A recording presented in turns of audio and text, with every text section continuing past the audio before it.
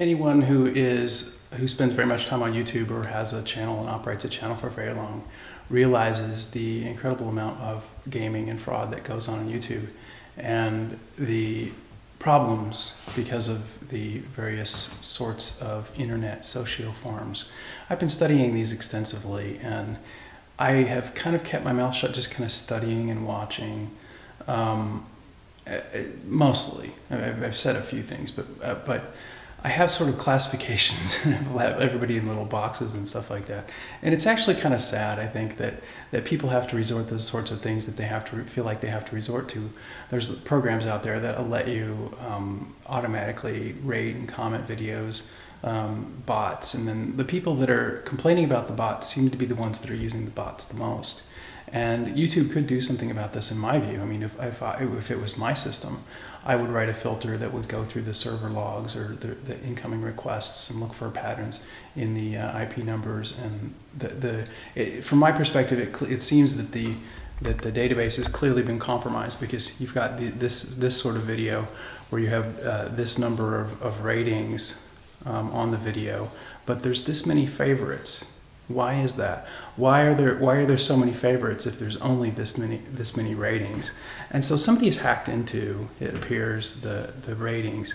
And I have my videos frequently. I have my videos sort of pegged on a particular rating, and the views continue to go up, and the comments continue, but the ratings don't.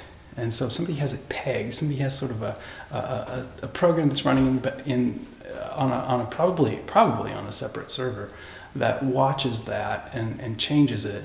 And this is a huge security problem. It's a huge issue for electronic defamation, because basically what's happening is you've got these people that are being infamed, and you've got these people that are being defamed. And this is a huge problem here on YouTube, and it's a problem with the perception of information. And I'm thinking at this point it's questionable whether it's a good idea to continue presenting stuff here on YouTube, because of this issue with how my work is being perceived because of the electronic malfeasance. And so you've got that issue, and then there's there's one other issue that I'm dealing with that is sort of the reason that I came to YouTube, and that is my love for Matthew Segal. And I've been sort of unabashed about mentioning that to people. And when I say that to people, I think a lot of people have misinterpreted that statement. And I still feel very strongly for Matthew, and I don't consider it to be a bad thing. I don't consider it to be something that is problematic on my end. But I don't want to be a nuisance to him either. But I think I have a lot of knowledge and information that I'd like to share with this, like I said, with this younger generation. And I think that people, they see that, and they're like, oh, you're just interested in having sex with them or something like that. I'm like, no, that's not really what's going on.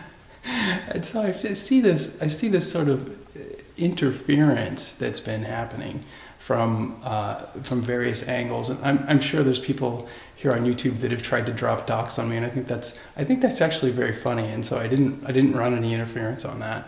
I'm like, okay, you think you know me? Think again. And so I just kind of let it happen, and but it's become quite a problem. It's become quite an issue, because it sort of created a really tense and difficult situation between Matthew and I. And I don't know if I'm assuming Matt will see this video at some point. We didn't speak for a very long time. I sort of made an ultimatum that if he didn't take his banner down with the Earth coming up on the moon, that I wasn't going to watch any more of his videos. And he finally did take it down, and I started watching his videos again.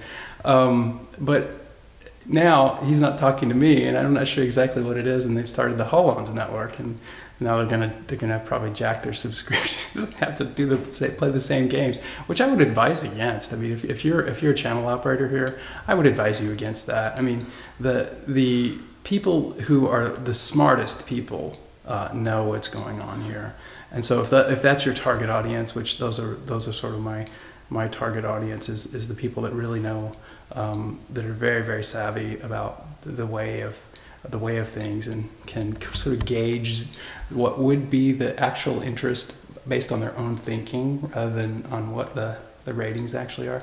Those are the kinds of people that I'm interested in interacting with. But there again, I think that, you know, this bigger issue about the perception of the work is probably going to take its toll on the continuation of this work, at least on YouTube. And so this might be the last video for a while. And if you have comments or suggestions or anything, I'd really like to hear it. And especially if you if you have leads on connecting the work that I'm doing, which I'm going to start up again. I've been off this work for several years now, with working with the sort of the deeper aspects of how our interactions work with the interactions of the sun. You know, hypertime's a good model for it. The hypertime model is an excellent way to understand how things that we do can influence these sort of larger physical systems that seem to be out of our grasp, that seem to be out of our reach, but in reality are there's sort of a yoga to the way we travel through time space. That's a reference to a book by Fred Alan Wolf called The Yoga of Time Travel. And Gurdjieff seems to have been one of the brighter minds on this.